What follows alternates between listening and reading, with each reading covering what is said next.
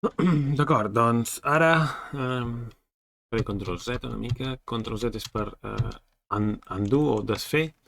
Això bàsicament és similar a altres softwares, però bé, val la pena comentar-ho també. Funciona a Blender. El que podem fer ara és organitzar una mica l'escena. El que farem és que tots aquests objectes que he creat estaran organitzats en un sol objecte, d'acord? Això ens ajudarà a mantenir l'escena organitzada. Ara sembla que pot ser no gaire complicat, però quan tens una escena amb molts milions d'objectes, doncs va bé tenir les coses ordenades. Si mirem aquest menú d'aquí, això és el Outliner, o no sabré com traduir això perquè... una llista d'objectes, no ho sé. També tenim, veiem que aquests objectes estan tots aquests cubs que es diuen cub, puc clicar i seleccionar-los aquí.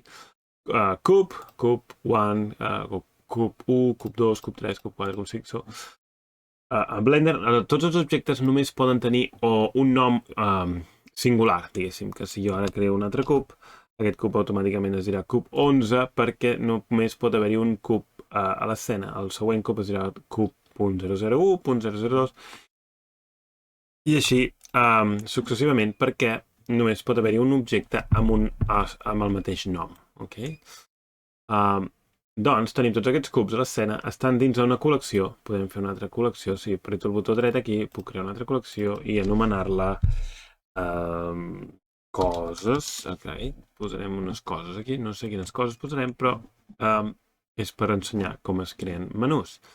Aleshores, per exemple, puc tenir un mono i aquest mono el vull tenir a la carpeta o al grup de coses. Doncs selecciono el mono, apreto la tecla M o botó dret, que em sembla que aquí està l'opció de Move to Collection, que vol dir moure una col·lecció. Les col·leccions són aquestes carpetes. Puc fer servir el teclat M i ho posaré a la carpeta de coses. D'acord? Doncs ara el mono, que es diu Susan, està a la carpeta de coses. Puc fer còpies d'aquest mono i, com podeu veure, estan dins d'aquesta carpeta també. Això va bé perquè si tens l'escena ordenada i a vegades doncs, estàs treballant amb aquests objectes i vols, per exemple, això sigui la cadira. Doncs vols amagar la cadira perquè estàs treballant amb aquests simpàtics monos. Doncs amagues la cadira, apretes aquí en aquest checker o... no sé com es diu això en català, check. Bàsicament ho desactives i llavors aquesta cadira queda amagada. Doncs parlarem una mica ara de el que seria les jerarquies o hierarchies en anglès. Tenim una esfera UV, la faré una mica més gran. Apreto la tecla S per fer el... moltes vegades faig servir les adreces de teclat o shortcuts. Aquí tenim, per exemple, de moure, rotar i escalar, com ja hem vist abans. Podeu fer servir aquestes eines, però jo estic molt acostumat i faig servir molt a les adreces de teclat. Si poseu el ratolí sobre aquests icones, veureu que us posa el nom i a més us posa quina és la shortcut o l'adreça de teclat. En aquest cas és Shift Spacebar o la tecla G. Jo faig normalment la tecla G per moure coses. La R és per rotar. Okay? Si apreto la R faig rotació. I si apreto la S escalo en totes les direccions. D'acord? Doncs això, el que vull fer bàsicament és un planeta dels monos. Puc fer aquest planeta més gran i aquests monos estaran aquí fets petits. El planeta també el vull posar aquí a la carpeta de coses i aquests monos doncs són monos que viuen en aquest planeta. A més, aquest planeta resulta que també té una estrella i aquesta estrella doncs és l'estrella de la que el nostre planeta està orbitant. El planeta dels monos orbita aquesta estrella. Doncs molt bé, si ara jo agafo el planeta i el moc, els monos es queden flotant a l'espai. I això no és gaire realista, no? Si tenim un planeta, els monos que viuen en aquest planeta seguiran el planeta. Doncs què podem fer és crear jerarquies. Posarem aquesta... També podeu clicar aquí per moure les coses dins de diferents carpetes. Doncs tenim aquesta esfera que és el planeta i els monos que estan aquí, d'acord? Doncs el que vull fer és crear una jerarquia, com deia. Doncs seleccionaré els monos i per últim seleccionaré el planeta. Com podeu veure, quan selecciono coses, apretant la tecla Shift, perdoneu, no ho he explicat bé, doncs bàsicament quan cliques amb el botó esquerre selecciones coses. Però si vols seleccionar moltes coses diferents, pots fer servir, com ja hem vist, la selecció rectangular, o pots fer servir la tecla Shift i quan cliques una cosa, aquesta cosa queda seleccionada també. A més de tenir seleccionades les altres, per si no apreto Shift, deselecciona les altres i no selecciona la nova. Doncs bé, el que faré serà seleccionar els 3 monos i per últim seleccionar el planeta. Com podeu veure, quan selecciono un objecte queda subratllat o highlighted, no sé com dir-ho en català. Bàsicament tenim aquesta cosa que rodeja els objectes de colors, que és una línia de color taronja. Però a l'últim objecte que selecciones, la línia taronja és una mica més clara. I això vol dir que aquest objecte és l'objecte actiu. Doncs aquests monkeys estan tots seleccionats i l'objecte actiu també és el planeta. El que vull és emparentar. Emparentar o crear una jerarquia o hierarchies. Doncs el que farem és anar a objecte, parent, object, o sigui, seria el menú objecte, el menú emparentar i volem emparentar a un objecte. D'acord? Doncs ara hem fet hem creat una jerarquia en la qual els monkeys ara estan emparentats amb aquest planeta. I si jo selecciono el planeta, aquests monkeys segueixen el planeta. Doncs com podeu veure aquí en el menú, si jo dins de l'esfera, que és el nostre planeta, canviar el nom, doble clic i podeu canviar els noms, tenim els monos que estan a dins del planeta. El Sol, aquest planeta, si el Sol rota, la tecla R per rotar i la tecla Z per rotar en l'eix Z, d'acord? Doncs aquest planeta hauria de rotar també. Doncs el que farem és seleccionar el planeta, seleccionar el Sol, apretarem anirem al menú parentar, ok? Objecte, parentar o parent object, o podem fer servir l'adreça de teclat que és Ctrl-P, Control Parenting, Ctrl-P, i doncs posa aquí set parent to o crear una jerarquia d'objecte. D'acord? Doncs a més també podem veure que hi ha una línia que marca aquesta jerarquia. També està visible aquí, si separa una mica aquests mones del planeta, veure que hi ha unes línies de jerarquia. Això vol dir que aquest seguirà aquest i aquest seguirà aquest. Per tant, si jo moc el planeta, si jo moc l'estrella, el planeta segueix i els monos segueixen el planeta. I si jo faig rotació d'aquesta estrella, els monos segueixen l'estrella.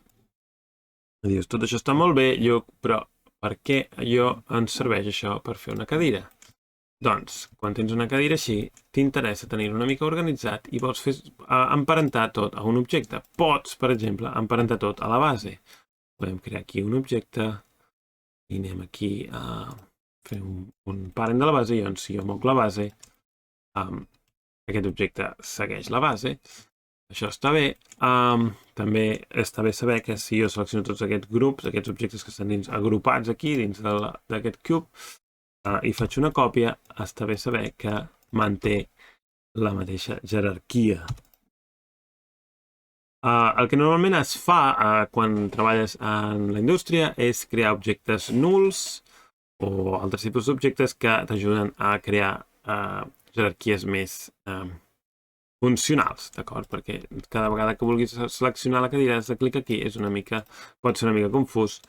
A més, si jo volgués escalar la cadira, des d'aquest punt, esclar, en totes les direccions, i potser no és el que vull, doncs el que podem fer és crear un altre tipus d'objecte que es diuen empty, o objectes buits o objectes nuls. Són aquest tipus d'objectes que són objectes bàsicament que són unes coordenades. Aquest objecte el podem moure també a la carpeta de cadira.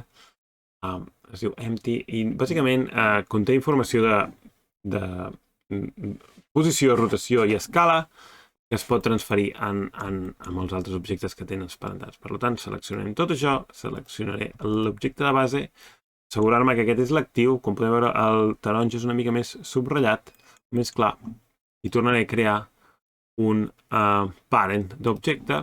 Ara tots els objectes estan parentats a la base, aquesta, cosa que va bastant bé perquè puc, per exemple, enrotar la cadira des de la base, enrotar la cadira des de la base, moure la cadira des de la base. Tots els objectes segueixen aquest objecte nul. També és interessant perquè ara quan escalo, escala des de la base de la cadira. Des d'aquesta base de la cadira puc escalar. Està bé perquè, per exemple, si jo ara creo un pla, que seria un pla de l'escena, seleccionaré la carpeta aquesta, així que cada vegada que creo un objecte estarà directament dins de la carpeta. Doncs crearé un pla, i ara sí, selecciono la cadira i escalo en totes les direccions, podem veure que la cadira està dins d'aquest pla. Si imaginem que això és una habitació, doncs tenim aquest pla, i si volem fer una escena senzilla que mostri una petita escena que sigui com una taula i unes cadires, doncs farem servir aquesta jerarquia. Mourem aquí la cadira aquesta una mica cap aquí. Aquí el que faré serà seleccionar amb la dreta, botó dret, i seleccionaré Select Hierarchy. I selecciona tots els objectes que estan dins de la jerarquia. Seleccionar per jerarquia. Bàsicament selecciona tot el que està dins d'aquest grup.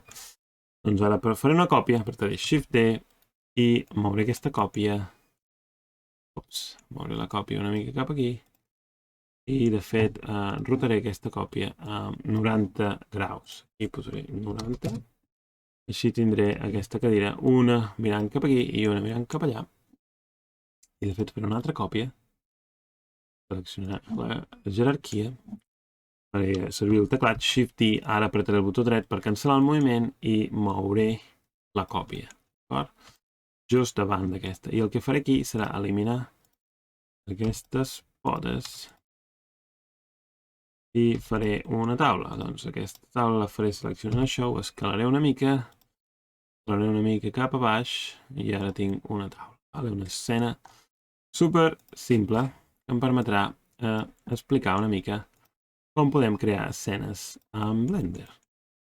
Ara crearé unes parets, seran duplicant aquest pla, d'acord? Seleccionaré aquest pla, el duplicaré i el que faré serà rotar 90 graus. Aquí també a l'eix I. Rotaré aquí 90 graus, el mouré una mica cap aquí i aquest tornaré a fer una còpia, mouré una mica cap allà. I ara, en comptes d'introduir numèricament, el que faré serà servir la rotació, però apretaré també control. Si apretes control, tens aquesta rotació per graus, que és una mica més fàcil d'encertar quants graus vols rotar. I si mireu aquí dalt, a l'esquerra, a dalt de tota l'esquerra, mentre ho faig, tornaré a començar, apretant control, veieu que ja indica la rotació. Doncs deixaré la rotació aquí menys 90 graus, que és exactament perpendicular i ja m'està bé. Puc moure una mica més la paret. I llavors intentarem fer el nostre primer render d'una escena. Simple, molt simple. Hem de crear una llum, perquè totes les escenes virtuals necessiten una llum. Doncs posarem aquí una llum sobre la taula. De fet, podem fer una llum que sigui com una espelma. Posaré aquí un cilindre sobre la taula. Escalaré una mica, serà com una espelma. És una escena que m'està quedant una mica trista, tinc que dir, però d'acord, mira, és el que hi ha. Doncs posarem aquesta espelma aquí. Molt bé, tenim una llum, tenim unes escenes, i ara vaig al botó render, i ens dona un error perquè el que està passant és que no tinc cap càmera a l'escena. O sigui, quan faig un render, quan vull renderitzar una imatge de la meva escena, necessito una càmera. Doncs necessitem una càmera. Afegirem aquí, afegir, add, càmera, i aquesta és la nostra càmera que ara mateix necessitem moure, que està sota el terra. I això no és gaire pràctic. Doncs, què veu aquesta càmera? Apretarem el botó de la càmera i aquesta càmera veu un angle una mica estrany. El que podem fer és moure la càmera manualment. Tenim una vista frontal, superior, perdó, moc la càmera des d'aquí una mica, ara la moc una mica cap amunt, però és difícil d'encertar, bueno, ara l'he encertat bastant, el marc que volia fer, però a vegades és difícil d'encertar quin angle volem per la càmera. I aquí tenim un altre problema, que és que si ara jo volgués rotar càmera en la direcció, diguéssim, que mira cap, aquí està mirant una mica cap a baix, però ara voldria que mirés una mica cap amunt o una mica més cap a baix. Si activo la rotació, no puc fàcilment controlar aquesta rotació. És més fàcil controlar-la des d'aquí. Apreto aquí, puja i baixa la càmera. Però no és molt fàcil. Una cosa que podem fer és canviar el tipus de rotació. Si, per exemple, agafo un altre cop la mona, d'acord, i faig una rotació de la mona així i així, diguéssim que jo voldria moure la mona en aquesta direcció perpendicular o frontal de la mona. La mona està mirant cap amunt, una mica inclinada, voldria anar en aquesta direcció, però com ho fas si els controls no apunten correctament? Només puc mirar directament cap amunt o directament cap a l'esquerra, però no en diagonal. Doncs aquí posa les direccions que estic fent servir són globals. O sigui, estic fent servir els eixos globals. Ok? Doncs aquests eixos globals no canvien mai, sempre són cap amunt, avall, dreta i esquerra de l'escena. Però puc canviar aquí a local. Doncs si canvio local, com podeu veure, els eixos han canviat i aquesta posició de la rotació de la mona afecta com es mou. O sigui, puc moure a dreta-esquerra de la mona des de la vista de la mona, des d'amunt i avall, des de la vista de la mona, o dreta-esquerra, amunt i avall, o cap endavant, cap endarrere. Per exemple, aquesta mona estaria volant cap endavant. Doncs passa una mica el mateix amb la càmera, i ara estic en posició global. Podeu veure, la càmera està inclinada, doncs ara puc fer servir la rotació, i és més fàcil de controlar la rotació des d'aquí. També, per exemple, si tinc que moure la càmera, allunyar la càmera, és més fàcil perquè aquí puc simplement apretar la direcció Z de la càmera, que no té res a veure amb la direcció Z de l'escena. Com podeu veure, quan canvio de local a global, el cursor aquí canvia la direcció. Això és important. La direcció normal, gimbal, view és simplement la visió des de la càmera, i el cursor, que és la direcció del cursor. No hem parlat encara del cursor, però ja el veurem. Però principalment és important saber global i local. Aquest canvi de direcció és molt important perquè cada objecte té la seva pròpia direcció. És molt clar dins de la càmera. També puc anar dins de la càmera, apretar la tecla G i moure una mica per enfocar la càmera. Doncs bé, aquí tenim una escena molt simple on tinc una càmera, uns objectes, una llum, i si ara vaig al menú de render, hauria de ser capaç de renderitzar aquesta escena. Com podeu veure, la llum que fa l'espelma és molt tènue i no es veuen les cadires, pràcticament. Doncs això no és gaire pràctic. Si has de fer un render cada vegada que vols veure com es veurà l'escena, això pot ser una mica lent.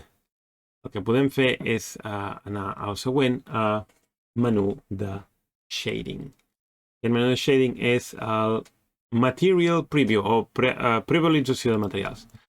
Com que aquests materials que tenim aquí tots són blancs, no hi ha cap mena de diferència. Però podem canviar una mica els materials per començar a aprendre com funciona. Doncs la cadira, per exemple, si volem la taula que sigui d'un altre color o el terra d'un altre color, clicarem al terra, anirem a les opcions aquí, les propietats, i buscarem el Material Properties, propietats de material. Haurem de crear un material nou, i aquest material nou li canviarem simplement el color del terra, farem un color, no ho sé, un color una mica blau per fer alguna cosa. La taula, per exemple, podem crear un nou material, i podem posar un nom que sigui fusta, Aquest és el nom del material i canviarem el color del material. Aquí posarem una mica marronós. Quan creem el base color, el color base d'aquest material, farem servir aquí. I farem servir aquest mateix material per a les altres parts de la taula. Això està bé perquè si ara, per exemple, decideixo que aquest color és massa clar o massa fosc i el vull canviar, doncs automàticament canvien tots els objectes que fan servir aquest mateix material. Per exemple, a les parets puc crear un material que sigui un nou material, que sigui una mica lila, una mica aquest color. Puc fer servir el mateix material per les parets. Doncs bé, encara l'escena, aquí veig els materials, però no veig la llum, com està actuant aquesta llum a l'escena. Per tant, el que faré és anar a la següent sistema de shading, que és el render. I aquí sí que podem veure una mica com l'escena, la llum afecta a l'escena. Si moc la llum sota la taula, la llum està sota la taula. Si moc la llum sobre la taula de l'espelma, veig la llum sobre l'espelma. És una llum omnidireccional, vol dir que fa llum cap a totes les direccions, però no és gaire forta. Doncs el que volem fer és incrementar la força. Si anem aquí al menú de propietats un altre cop i busquem a les propietats Object Data Properties o propietats d'aquest objecte, veurem que tenen una forma com d'una bombeta de llum i aquí hi ha propietats de la bombeta. Podem canviar el color de la llum, o podem fer una llum una mica grogueta i podem incrementar l'energia. Aquí en aquest cas utilitza una unitat que són els watts. Doncs s'incrementa l'energia a 200 watts. Aquesta és una super espelma que fa molta llum i podem veure que fa aquesta llum una mica més intensa per la nostra escena. Doncs bé, ara el que vull és fer un render. Render image. Veiem aquesta imatge i ara veig l'escena renderitzada. Veig els nous materials, veig que hi ha unes sombres i la llum és bastant més forta que l'anterior. Si voleu, perdó, aquesta nova finestra que s'obre és la finestra de render. I si hem fet un render, el que podem fer és guardar aquesta imatge. I el que podem fer és anar al menú d'imatges, Save As, o guardar com, i guardar aquesta imatge en format PNG, que és un format d'imatge. La podem guardar on vulguem i es guardarà, per exemple, en el meu cas ho guardaré aquí a l'escriptori, desktop. On title, podem canviar el nom de render 01. Guardem aquesta imatge i estarà a la nostra carpeta. Doncs aquest és un molt bàsic exercici que ens ajudarà a entendre les coses, com crear una escena molt bàsica, d'acord? Aquesta escena bàsica, per fer una mica de repàs, bàsicament en una escena de 3D el que vols tenir és una llum, vols tenir una càmera per poder fer un render, vols tenir alguns objectes. Aquests objectes idealment els vols tenir una mica organitzats, per exemple pots crear jerarquies, aquesta taula per exemple pot estar tota connectada i puc moure tota la junta. Estaria bé, per exemple, que agafar aquesta espelma, aquesta llum i emparentar-la a la base de la taula. Farem ràpidament un Ctrl-P o Ctrl-P per crear set parent, crear una parent, i ara aquesta taula hauria de moure's també amb l'espelma. Ara moc la taula, l'espelma segueix. Aquest tipus de jerarquies serveixen per tenir l'escena ben ordenada i no tenir llistes gegants aquí d'objectes que si l'escena comença a complicar-se, perdó, si l'escena es comença a complicar, doncs pot ser una mica difícil de navegar. També és important tenir els menús, ben organitzat, aquest menú, crear grups que et permeten organitzar l'escena també en grups. Doncs, bé, aquest és el primer exercici que hem fet i continuarem a la propera lliçó. Espero que us agradi. Fins aviat.